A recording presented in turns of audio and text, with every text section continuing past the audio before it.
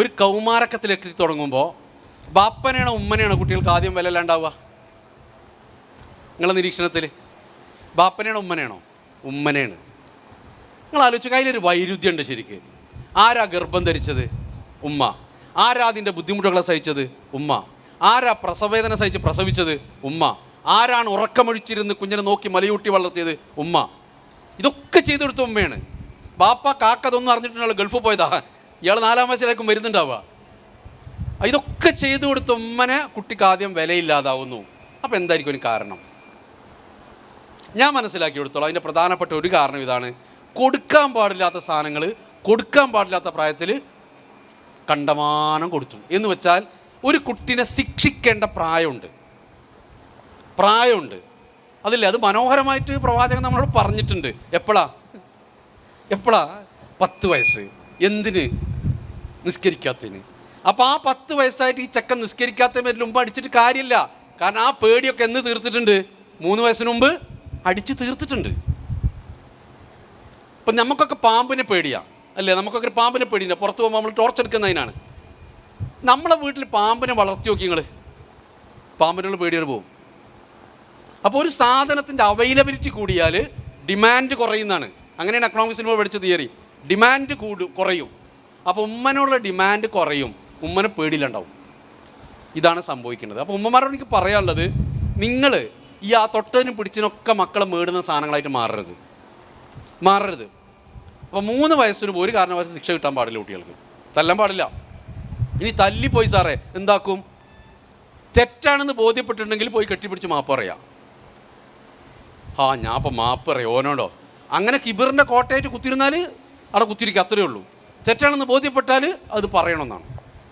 3 വയസ്സിന് മുമ്പ് കിട്ടാൻ പാടില്ലാത്ത വേറൊരു സാധനമാണ്, നേരത്തെ ഞാൻ പറഞ്ഞ പോലെ കലഹിക്കുന്ന കുടുംബാന്തരീക്ഷം കിട്ടാൻ പാടില്ല കുട്ടികൾക്ക്. കുടുംബത്തിൻ്റെ അകത്ത് കലഹം ഉണ്ടാകാൻ പാടില്ല. ഇത് പലപ്പോഴും എന്നെ കരയിപ്പിക്കുന്ന ഒരു പ്ലാനുകൾ കൗൺസിലിംഗ് സെൻ്ററിൽ വരും. ഇപ്പോൾ അടുത്ത് വന്നൊരു സർക്കാർ ഉദ്യോഗസ്ഥരുണ്ട്.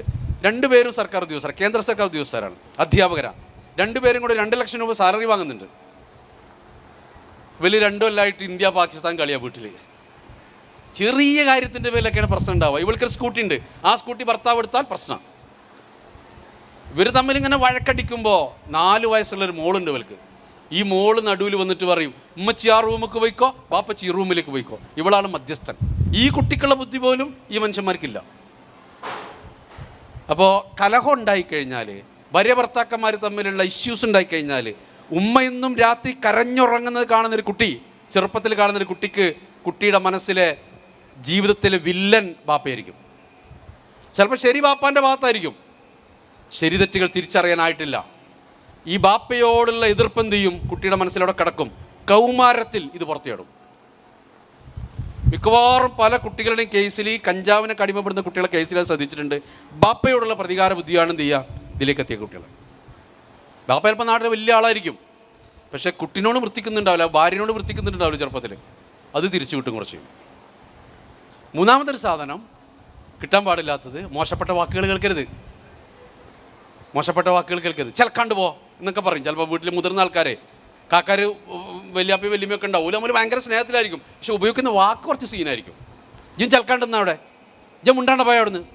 ഒരു പരസ്പര ബഹുമാനമില്ലാതെ മുതിർന്ന മനുഷ്യർ വീട്ടിൽ നിന്ന് സംസാരിക്കുന്നത് കേൾക്കുന്ന കുഞ്ഞ്, ഇത് ഭയങ്കര പവർഫുൾ റഡാറാണ്. ചെറുപ്പത്തിൽ ഇതൊക്കെ പിടിച്ചെടുക്കും. ഇപ്പോൾ അടുത്തൊരു ബന്ധു വീട്ടിൽ പോയപ്പോൾ ഒരു LKG പയ്യനുണ്ട്. അവനോടെന്താ അവിടുത്തെ കാരണവർ പറഞ്ഞപ്പോൾ ഓലക്കാന്ന് പറഞ്ഞവൻ ഉറക്കെ. ഇയാളോട് തിരിച്ച്, ഇയാൾക്ക് ഭയങ്കര ഷോക്കായി നമ്മളുടെ ഇന്ന് പറഞ്ഞപ്പോഴേ. അപ്പോൾ ഇത് ചോദിച്ചു, ഇത് എവിടുന്നാ കേട്ട്? നിങ്ങൾ പറഞ്ഞിട്ട് കേട്ടാണെന്ന്. അപ്പോൾ മുതിർന്ന മനുഷ്യർ പരസ്പരം ഉപയോഗിക്കുന്ന വാക്കുകൾ ശ്രദ്ധിക്കണം. പരസ്പര ബഹുമാനമില്ലാത്ത പ്രയോഗങ്ങൾ കുട്ടികൾ പിടിച്ചെടുക്കും. ഇത് അവരുടെ ഡിക്ഷണറിയിലുണ്ടാവും, അവരത് തിരിച്ചു വരും.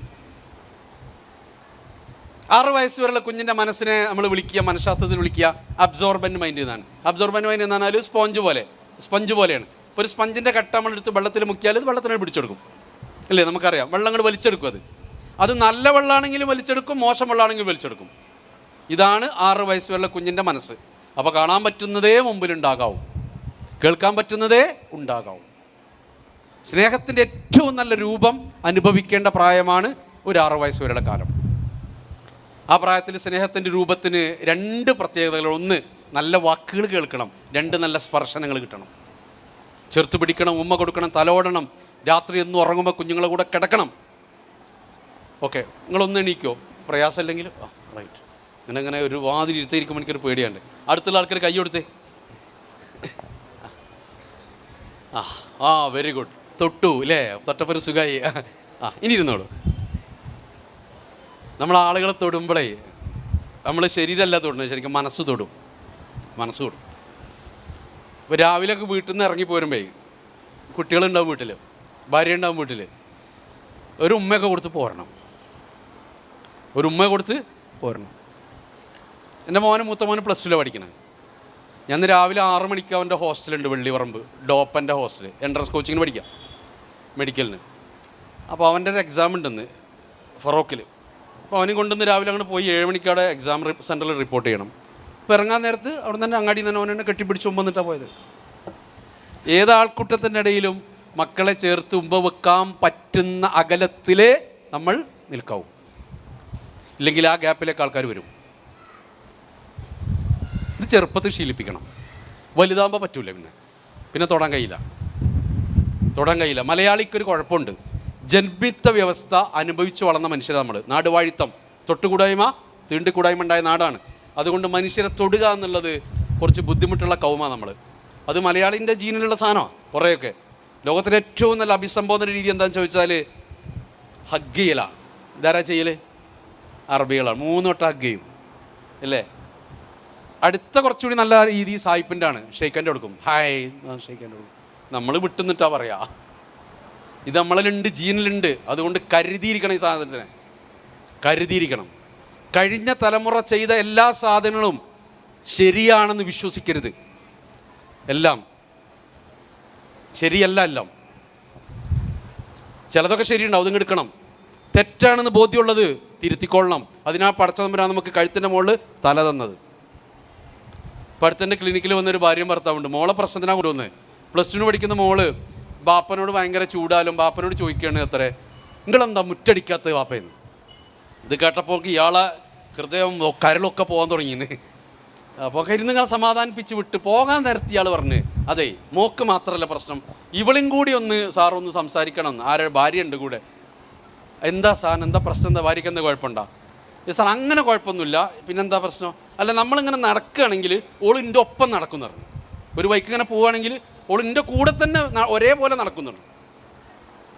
ഞാൻ നിങ്ങളെ ഭാര്യയല്ലേ? ആണ്. പക്ഷെ നമ്മളെ ഒപ്പമല്ല നടക്കണ്ടേ, ബാക്കിലല്ലേ അവൾ വരണ്ടേ? കാക്ക 70 പോന്നിട്ടില്ല. ഞാൻ ചാര പറഞ്ഞ ഇങ്ങനെ ബാക്കിലാണ് ഭാര്യ വരണ്ടേ, നിങ്ങളെ ബാക്കിലാണ്. നിങ്ങളെ ഭാര്യയല്ലേ, നിങ്ങളെ കൂടെ അല്ലേ വരണ്ടേ? വല്ലവൻ്റെ കൂടെ പോകാൻ പറ്റുമോ? അല്ല, നമ്മളെ ബാക്കിലല്ലേ ഓള് വരണ്ടേ? വീണ്ടും ഇയാൾ വെച്ചാൽ എങ്ങനെയത് കിട്ടിയത്? അല്ല, എൻ്റെ ബാപ്പിയും അങ്ങനെ പോയത്. ഇതേപോലെ കഴിഞ്ഞ തലമുറ ചെയ്ത എല്ലാം ശരിയായിക്കൊള്ളെന്ന് ഇല്ല. അത് അന്ന് ശരിയായിരിക്കും. സമൂഹം ഇന്നൊക്കെ ഒരുപാട് മുന്നോട്ട് പോന്നിട്ടുണ്ട്. ആ ബസ് സ്റ്റോപ്പിലാണ് നിൽക്കരുത്, ബസ് മാറി കയറാനായിട്ടുണ്ട്. ഇയാൾ അസ്വസ്ഥാക്കുന്ന കാര്യമാണ് ഞാൻ പറഞ്ഞത്. അപ്പോൾ തിരിച്ചു പോവാ. കുട്ടികൾക്ക് സ്പർശനം ഏറ്റവും അധികം കിട്ടേണ്ട പ്രായമാണത്. ഏറ്റവും അധികം കിട്ടണം. ഇപ്പോൾ ഈ 1ാം ക്ലാസ്സിലൊക്കെ പഠിപ്പിക്കുന്ന ഉസ്താദ്മാർക്ക് അറിയാം. ഞാനൊരു 5 കൊല്ലം മദ്രസ പഠിപ്പിച്ചിട്ടുണ്ട്, പഠിക്കുന്ന കാലത്ത് ഡിഗ്രി പഠിക്കുമ്പോൾ. അപ്പോൾ അന്നേരം ഈ 1ാം ക്ലാസ്സിലൊക്കെ പഠിപ്പിക്കുക, 2ാം ക്ലാസ്സിലൊക്കെ പഠിപ്പിക്കുക എന്ന ജീവിതത്തിൽ ഏറ്റവും വലിയ ഭാഗ്യമാണ്. ഈ കുട്ടികൾ ഇരിക്കൂല അവിടെ. അപ്പോൾ ഈറ്റങ്ങൾ ഇങ്ങനെ വരും, നമ്മളിങ്ങനെ തട്ടിമുട്ടി ഉസ്താ മാസ്റ്റർ ടീച്ചർ എന്നിട്ട് നഴ്സറിയിലും കാണാം, ഇങ്ങനെ തട്ടിമുട്ടി ഇങ്ങനെ വരും, ചാരി നിൽക്കൊക്കെ വന്നിട്ട്. അപ്പോൾ എനിക്ക് അന്ന് ഇതിൻ്റെ കാരണം മനസ്സിലായിണ്ടായില്ല. പിന്നെ അത് പഠിച്ചപ്പോഴാണ് എന്താണ് ഈറ്റങ്ങൾ ഇങ്ങനെ വരാൻ കാരണം എന്ന് മനസ്സിലാവുന്നത്. മനുഷ്യന് 3 വിശപ്പുകളുണ്ട്. വിശപ്പ് 3 മനുഷ്യൻ്റെ. ഒന്ന് ഭക്ഷണത്തിന് വേണ്ടിയുള്ള വിശപ്പ്, വയറിൻ്റെ വിശപ്പാണ്. അത് കഴിച്ച് ഭക്ഷണം കിട്ടിയാൽ അത് മാറും. അത് മനുഷ്യനുണ്ട്, എല്ലാ മൃഗങ്ങൾക്കുണ്ട്. 2ാമത്തെ വിശപ്പ് അംഗീകാരം കിട്ടാനുള്ള വിശപ്പാണ്. റെക്കഗ്നിഷൻ ഹങ്കർ എന്ന് പറയും. അംഗീകാരം കിട്ടുക എന്ന് വെച്ചാൽ പിന്നെ അംഗീകരിക്കപ്പെടുക, നല്ല വാക്ക് കിട്ടുക. അപ്പോൾ നിങ്ങൾ ഭാര്യയ്ക്ക് നല്ലൊരു ഡ്രസ്സ് എടുത്ത് കൊടുത്താൽ പെരുന്നാൾക്ക് അവളതിങ്ങനെ എടുത്തിടുമ്പോൾ അവളെ കണ്ണിൽ വിരിയുന്നൊരു വെളിച്ചം ഉണ്ടാവും. അത് കാണുമ്പോൾ 450 മുതലായി മാക്സിൻ്റെ. ഞങ്ങൾ പറയാണ് പെരുന്നാൾക്ക് ഇട്ടപ്പോൾ ഇത്രയും നല്ലൊരു മാക്സി ഞാൻ ജീവിതത്തിൽ ഇട്ടിട്ടില്ല എന്ന് പറഞ്ഞാൽ അടുത്ത പ്രാവശ്യം പെരുന്നാൾക്ക് നിങ്ങൾ 550 എടുത്തു കൊടുക്കും. ഇനി ഈ സാധനം ഒന്നും പറയുന്നില്ലെങ്കിലോ റോട്ടിൽ കാണുന്ന 150 ആയിരിക്കും അടുത്ത മാസം വരെ വരാൻ പോകുന്നത്.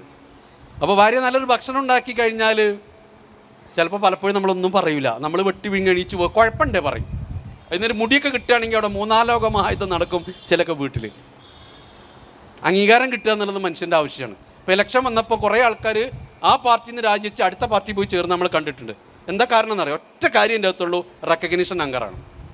അംഗീകരിക്കപ്പെടുക, സീറ്റ് കിട്ടണം, അംഗീകരിക്കപ്പെടണം. ഇതിനാണ് സാധനം പോണത്. ഇത് മനുഷ്യന് എവിടെയുള്ള സാധനമാണ്. ഇനി മൂന്നാമത്തെ വിശപ്പുണ്ട്, അതിൻ്റെ പേരാണ് ടച്ച് ഹങ്കർ, തൊടാനുള്ള വിശപ്പ്, സ്പർശനം. ഇത് നമ്മൾ ആരോഗ്യത്തെ, നട്ടെല്ലിൻ്റെ വളർച്ചയെ പോലും സ്വാധീനിക്കുമെന്ന് പറഞ്ഞു ആ സാധനം. അപ്പോൾ ചെറുപ്പത്തിൽ നല്ല സ്പർശനം കിട്ടി വളർന്ന കുട്ടികൾ ഭാഗ്യവന്മാരാണ്. അവരുടെ കൗമാരം അത്ര പ്രശ്നം ഉണ്ടാവില്ല. ഒരു 12 വയസ്സിന് മുമ്പ് പെൺകുട്ടികളാണെങ്കിൽ ബാപ്പൻ്റെ അടുത്തുനിന്ന് നല്ലോണം കിട്ടണത്, കെട്ടിപ്പിടിക്കൽ, ഉമ്മ വെക്കൽ, തലോടൽ, വയറ് നിറച്ച് കിട്ടണം ബാപ്പൻ്റെ അടുത്തുനിന്ന്. ആൺകുട്ടിയാണെങ്കിൽ ആരുടെ അടുത്ത് കിട്ടണം? ഉമ്മൻ്റെ അടുത്ത് കിട്ടണം. ഇത് മറക്കരുത്.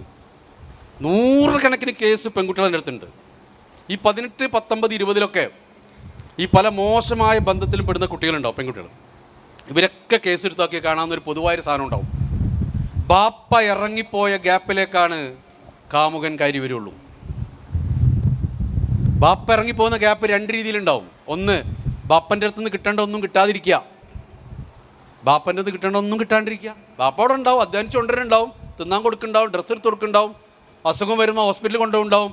ഇതൊന്നും ബാപ്പ ചെയ്തില്ലെങ്കിലും മോൾക്ക് കിട്ടും. പല ബാപ്പാരും വിശ്വസിച്ചിരിക്കണം, എന്താ അറിയും, ഇതൊക്കെയാണ് നമ്മളെ പണിയുന്ന.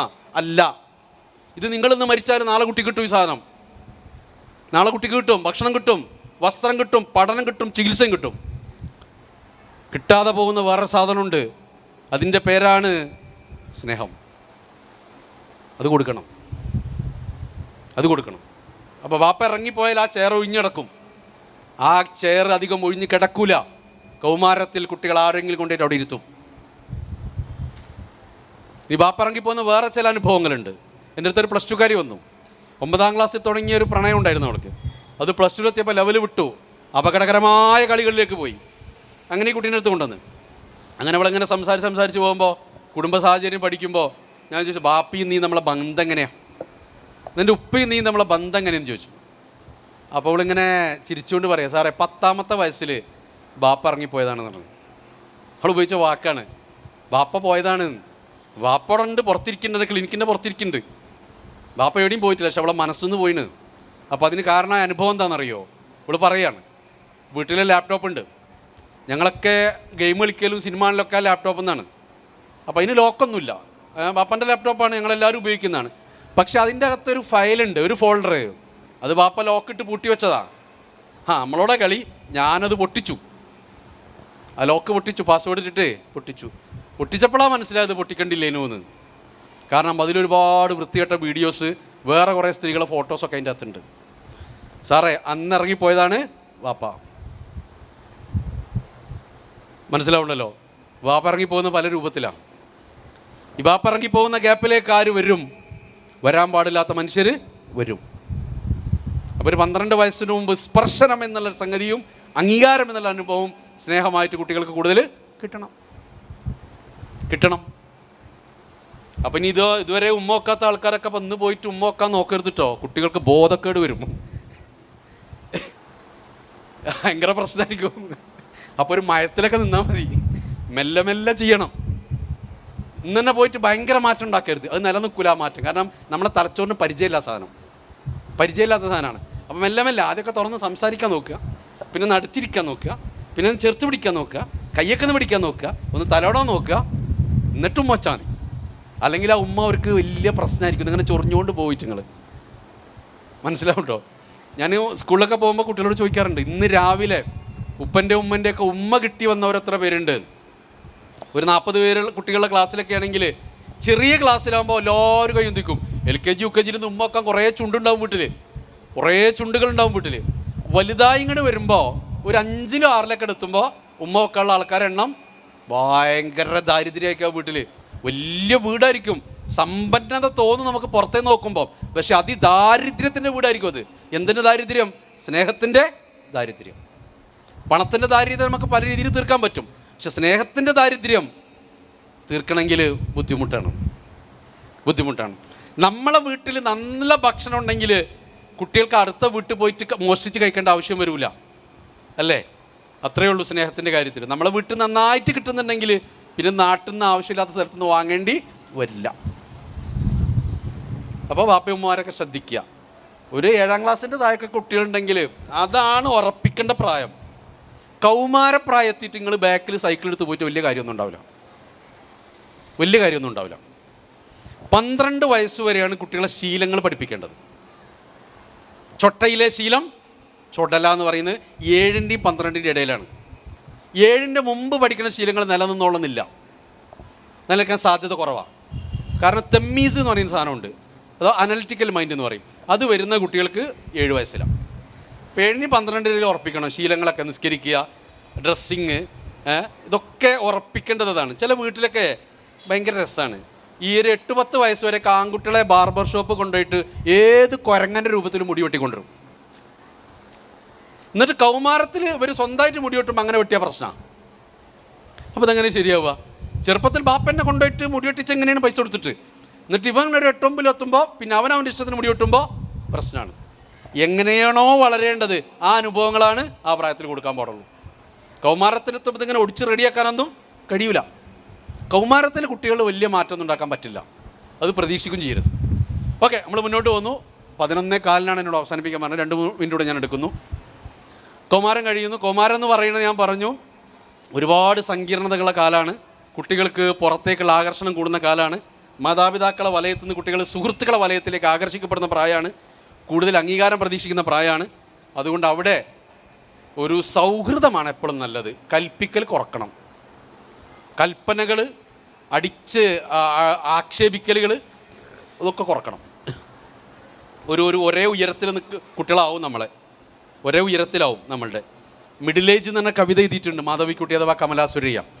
അവർ ആ മിഡിൽ ഏജ് എന്നുള്ള കവിതയിൽ പറയുന്നുണ്ട്, നിങ്ങളെ മക്കൾ എപ്പോഴാണ് നിങ്ങളെ തിരുത്താൻ തുടങ്ങുന്നത്, നിങ്ങളെ ചോദ്യം ചെയ്യാൻ തുടങ്ങുന്നത്, അന്ന് മനസ്സിലാക്കിക്കൊള്ളണം നിങ്ങൾക്ക് മധ്യവയസ്സെത്തിയിട്ടുണ്ടെന്ന്. സ്ത്രീകളോടാണ് പറഞ്ഞത്. മധ്യവയസ്സെത്തും, അപ്പോൾ മക്കൾ ഉയരത്തിൽ വരും.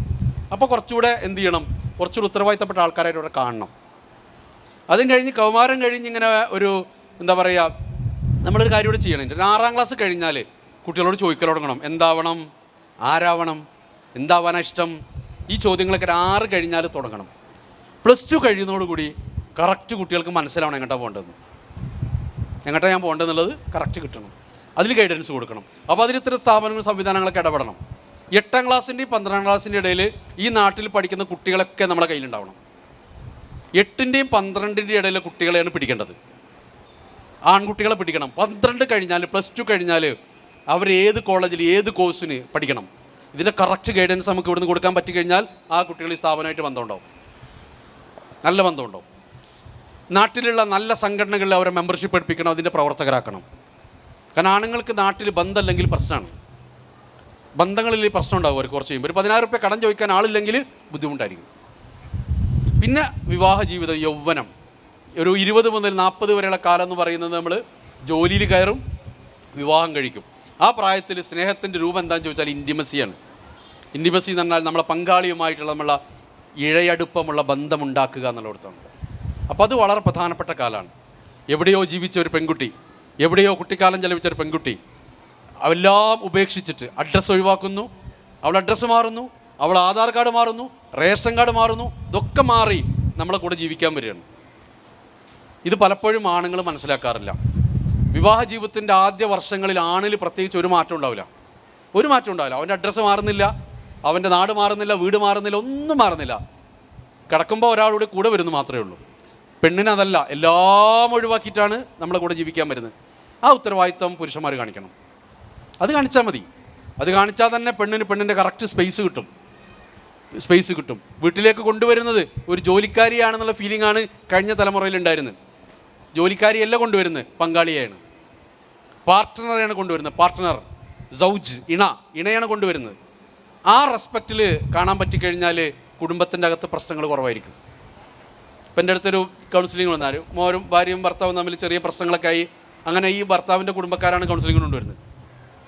ഒരു 5-6 മാസമായിട്ട് ഇവർ പല മസലത്ത് നടത്തി ഇങ്ങനെ ഇരിക്കുകയാണ്. അപ്പോൾ ഈ ഒരു കേസ് പഠിച്ചപ്പോൾ എനിക്ക് മനസ്സിലായി ഈ ചങ്ങാതിക്ക് ബാംഗ്ലൂരാണ് ജോലി. അപ്പോൾ ഇവന് 3 മാസം കൂടെ പോലെ നാട്ടിൽ വരുള്ളൂ. ഇവർ തമ്മിൽ ഒരുമിച്ച് ജീവിച്ച കാലയളവ് കുറവാണ് കല്യാണത്തിൻ്റെ ശേഷം. ഇവൻ കല്യാണം കഴിഞ്ഞ് 2 ആഴ്ച കഴിഞ്ഞപ്പോൾ അങ്ങോട്ട് പോയിട്ടുണ്ട്. അപ്പോൾ ഞാൻ അവസാനം എനിക്ക് നോക്കിയപ്പോൾ മനസ്സിലായി ഇവർ തമ്മിൽ ഒരുമിച്ച് കുറച്ച് കാലം ജീവിക്കണം. വിവാഹം കഴിഞ്ഞ് 1.5 വർഷമെങ്കിലും ഭാര്യയും ഭർത്താവും ഒരുമിച്ച് ജീവിക്കണം. എന്നിട്ട് ഗൾഫ് പോയാൽ മതി. ആ 1.5 വർഷത്തിൻ്റെ ഇടയിലാണ് ഇൻറ്റിമസി ഉണ്ടാവുന്ന കാലം. ഇൻറ്റിമസി എന്ന് പറഞ്ഞാൽ ഇഴയെടുപ്പമുള്ള ബന്ധം ഉണ്ടാവണം. അപ്പോൾ ഏതായാലും പോയ ആൾക്കാർ ഇപ്പം ഇനി തിരിച്ചു വരണ്ട നടന്നോട്ടെ. നമ്മളെ മക്കൾ കല്യാണം കഴിക്കുമ്പോൾ ഉറപ്പ് വരുത്തണം. ഇനി അതല്ല ഇവിടെ നാട്ടിൽ നിൽക്കാൻ പറ്റില്ലെങ്കിൽ ഭാര്യനെ അവൻ്റെ കൂടെ വിടണം. അവരൊരുമിച്ച് ജീവിക്കണം. അവർ പരസ്പരം മനസ്സിലാക്കി സ്നേഹിച്ച് ഇഷ്ടപ്പെട്ട് ആ സ്നേഹമാണ് പെൺകുട്ടിക്ക് കുടുംബത്തോട് തിരിച്ചു കിട്ടേണ്ടത്. ഇല്ലെങ്കിൽ ആ പെൺകുട്ടിയുടെ മനസ്സിൽ എപ്പോഴും ഒരു ഗ്യാപ്പ് ഉണ്ടാവും. അപ്പോൾ ഞാൻ ഇതൊക്കെ പരിശോധിച്ചിട്ട് കുടുംബത്തിൻ്റെ ബാപ്പനോട് ഉമ്മനെടുത്തിട്ട് പറഞ്ഞതേ ഇവർ ഒരുമിച്ച് ജീവിച്ചാൽ തീരുന്ന പ്രശ്നമേ ഉള്ളൂ, വേറെ കുഴപ്പങ്ങളൊന്നും വരക്കിടയില്ല. അതുകൊണ്ട് എന്ത് ചെയ്യുക, 1 വർഷം ഒരുമിച്ചും താമസിക്കട്ടെ ബാംഗ്ലൂർ. ഇതങ്ങോട്ട് പറഞ്ഞപ്പോൾ ഇയാളങ്ങോട്ട് ചാടി അടിച്ചു. അതെങ്ങനെ നടക്കുക, ഓള് പറയാൻ നിൽക്കേണ്ട ആളല്ലേ, ഒരല്ല പണിയൊക്കെ പിന്നെ ആരെടുക്കാന്ന് വെച്ചു. വിടൂലെന്ന് പറഞ്ഞു. ഞാൻ ഇറങ്ങുക കാക്ക, റൂമിൽ നിന്ന് ഇറങ്ങുന്ന പറഞ്ഞു. നിങ്ങൾക്ക് ഇവിടെ കൗൺസിലിംഗ് ഇല്ലയെന്ന് പറഞ്ഞു. അങ്ങനെ കാക്ക വീട്ടിൽ കൊണ്ടുവന്ന ആരെയെന്നറിയാം, ഒരു പണിക്കാരനെ, മോൻ്റെ പങ്കാളിയാണിത്, അവൻ്റെ കൂടെ ജീവിക്കേണ്ട പെണ്ണാ, അത് വീട്ടിലെ പണിക്കാരിയല്ല. ഈ തിരിച്ചറിവ് മാതാപിതാക്കൾക്ക് വേണം. എത്ര മനോഹരമായിട്ട് മതം പറഞ്ഞിട്ടുണ്ട്. വീട്ടിലെ പണികളെടുത്താൽ ഒരു പെണ്ണ് കൂലി ചോദിച്ചാൽ കൊടുക്കണമെന്നാണ്. പാല് കൊടുക്കുന്നതിന് ആദ്യത്തെ പാല് കൊടുക്കലുണ്ട്, കൊളസ്ട്രം മിൽക്ക്. പ്രസവിച്ചോണ്ട് ആദ്യത്തെ പാല് കൊടുക്കും, കൊളസ്ട്രം മിൽക്ക്. അത് കൊടുക്കലേ പെണ്ണ് നിർബന്ധമുള്ളൂ. ബാക്കി പാല് കൊടുക്കുന്നതിന് പെണ്ണ് കൂലി ചോദിച്ചാൽ ആര് കൊടുക്കണമെന്നാ? ഭർത്താവ് കൊടുക്കണമെന്നാണ്. ഈ മസല നമ്മൾ പറയാറില്ല പെണ്ണുങ്ങളോട്. അഥവാ ചോദിച്ചാലോ? ഇത്രയും മനോഹരമായിട്ട് ഡിഫൈൻ ചെയ്യപ്പെട്ട ഒരു ഫിലോസഫി നമ്മുടെ കയ്യിലുണ്ട്. ഇവിടെ നമ്മൾ സമൂഹത്തിൽ നിന്ന് നമ്മൾ കടമെടുത്ത കുറേ സാധനങ്ങൾ നമ്മുടെ കയ്യിലുണ്ട്. അത് ആവശ്യമുണ്ടോ എന്നുള്ളത് ചിന്തിക്കണം. പുതിയ തലമുറൻ്റെ അടുത്ത് ഇമ്മാരി വിക്രസമൊന്നും നടക്കൂല. ഒന്ന്, നമ്മളെ കുട്ടികൾ അനുഭവിക്കാൻ പോകുന്ന ചില ക്രൈസിസ് പറയും. വിവാഹത്തിലേക്ക് വരുമ്പോൾ പെൺകുട്ടികൾ വിവാഹത്തിന് റെഡി ആവുന്നില്ല. നിങ്ങൾ ശ്രദ്ധിച്ചിട്ടുണ്ടാവും. ഇപ്പം എനിക്ക് വരുന്ന കൗൺസിലിങ്ങിൽ കൂടുതൽ അതാണ്. കുട്ടികളെ കൊണ്ടാണ് വരുന്നത്, സാറേ ഇവിടെ എങ്ങനെയെങ്കിലും കല്യാണത്തിന് റെഡിയാക്കണം,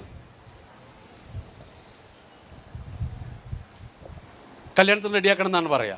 എന്തുകൊണ്ടാണ് റെഡിയാവാത്തെന്ന് ചോദിച്ചാൽ കുറേ കച്ചറ കൂടുന്ന ബന്ധങ്ങൾ അവർ കണ്ടിട്ടുണ്ട് വീട്ടിലൊക്കെ നാട്ടിലൊക്കെ. ഒരു കാരണം അതായിരിക്കും. 2, കുറേ തല തിരിഞ്ഞ ഡിസ്കഷൻസൊക്കെ യൂട്യൂബിലും പിന്നെ പലയിടത്തും കേട്ടിട്ടുണ്ടാവും. ഇത് രണ്ടും കൂടെ കൂടിച്ചേർന്നാണ് വിവാഹം വൈകുന്നത്. സ്ത്രീകൾ ശ്രദ്ധിക്കണം, പെൺകുട്ടികൾ ശ്രദ്ധിക്കണം. വൈകി വിവാഹം കഴിക്കുന്നത് അതിൽ ചെയ്യുന്ന കുട്ടികൾക്ക് കൂടുതൽ പ്രശ്നങ്ങൾ ഉണ്ടാക്കാൻ കാരണമാവും. പ്രത്യേകിച്ച് തലച്ചോറ് സംബന്ധമായ പ്രശ്നങ്ങൾ വൈകി കഴിക്കുന്ന വിവാഹത്തിൻ്റെ അകത്ത് കൂടും. ഇതൊരുപാട് പഠനങ്ങൾ തെളിയിച്ചാണ്. പാശ്ചാത്യ രാജ്യങ്ങളിൽ സംഭവിച്ചത് ഇതാണ്. അതാണ് ഇപ്പോൾ നമ്മൾ കോപ്പി ചെയ്യണത്. അത് കുട്ടികൾക്ക് വലിയ അപകടം, ജനിക്കുന്ന കുട്ടികൾക്ക് വലിയ അപകടം ഉണ്ടാക്കാൻ സാധ്യതയുണ്ട്. ആ വിവാഹം കഴിക്കണമെങ്കിൽ സമയത്ത് കഴിക്കണം. ഒരു 20-ൻ്റെ 32-ൻ്റെ ഇടയിലൊക്കെ ആയിട്ട് പ്രസവങ്ങളൊക്കെ തീർക്കുക നല്ലത്. മാക്സിമം 35, അതിൻ്റെ ഇടയിൽ പ്രസവമൊക്കെ തീർക്കണം. അതിന് ഏറ്റവും നല്ല പ്രായം അതാണ് സ്ത്രീയുടെ. ആ പ്രായത്തിൽ ഗർഭം, പ്രസവം, മുലയൂട്ടൽ അത് തീർത്തിരിക്കണം. അപ്പോഴേ അതിൽ ആരോഗ്യമുള്ള കുഞ്ഞുങ്ങൾ വളരുള്ളൂ ഇതിൻ്റെ അകത്ത്. ഇനി നമ്മൾ 40കളിലേക്ക് എത്തുന്നു, മധ്യവയസ്സാണ്, കുടുംബമായി, വീടായി. 40 ആകുമ്പോക്കിന് ഒരു മനുഷ്യന് ഈ ഭൂമിയിൽ എന്തിനാണ് ജനിച്ചതെന്ന് മനസ്സിലാവണം എന്നാണ് പറയുക. അത് മനസ്സിലാവാത്തവന് പിന്നീട് മനസ്സിലാവില്ല എന്നാണ്. വീടൊക്കെ വെച്ച് സെറ്റിലാവണം. 40 ആകുമ്പോക്കിന് സെറ്റിലാവാത്തവന് പിന്നീട് ജീവിതത്തിൽ സെറ്റിലാവാൻ സാധ്യത കുറവാണ്. പിന്നെ നമ്മൾ പേരമക്കളിലേക്ക് ഒഴുകും, വാർദ്ധക്യത്തിലേക്ക് കിടക്കും. അപ്പോൾ വാർദ്ധക്യത്തിലേക്ക് എത്തുമ്പോൾ 2 വാക്കുകൂടി പറയാതെ കഴിഞ്ഞ് ഞാൻ അവസാനിപ്പിക്കുകയാണ്. നൂറാൻ ഉസ്താദ് വന്നിട്ടുണ്ട്. വാർദ്ധക്യം എന്നുള്ളത് ഒന്ന് പ്രിപ്പയർഡ് ആവണം, എപ്പോഴും നല്ലതാണ്. അസറാവും 40 കഴിഞ്ഞാൽ. ഒന്ന് പ്രിപ്പയർഡായിട്ട് തയ്യാറെടുപ്പുകൾ വേണം. 2-3 തയ്യാറെടുപ്പുകൾ. ഒന്ന് ആരോഗ്യത്തിൻ്റെ കാര്യത്തിൽ ഒരു 40 കഴിഞ്ഞാലൊക്കെ ഭക്ഷണത്തെക്കുറിച്ചും വ്യായാമത്തെക്കുറിച്ചും ഒക്കെ നന്നായിട്ട് ശ്രദ്ധിക്കണം. ഹെൽത്ത് ചെക്കപ്പുകൾ ചെയ്യണം നിർബന്ധമായിട്ടും. ആരോഗ്യം നന്നായിട്ട് ശ്രദ്ധിക്കണം. ആരോഗ്യവും ഹിദായത്തും ആഫിയത്തും നമ്മൾ എപ്പോഴും പഠിച്ചുകൊണ്ട് ഒരുമിച്ചാണ് ചോദിക്കുന്നത്. ആരോഗ്യം വളരെ പ്രധാനപ്പെട്ട കാര്യമാണ്. നമ്മൾ പോയിൻ്റ് ശേഷം അതിനെക്കുറിച്ച് ചിന്തിക്കൽ. അതുള്ളപ്പോൾ ശ്രദ്ധിക്കൂല അതിനെ. അതുള്ളപ്പോൾ ശ്രദ്ധിച്ചാലേ അത് പോകണ്ടിക്കുള്ളൂ. 2-മത്തത് ആ സമ്പത്താണ്. ഉള്ള സമ്പത്ത് മുഴുവനും മക്കൾക്ക് വേണ്ടി മാറ്റി വെക്കരുത്. അത് വലിയ അപകടമാണ്.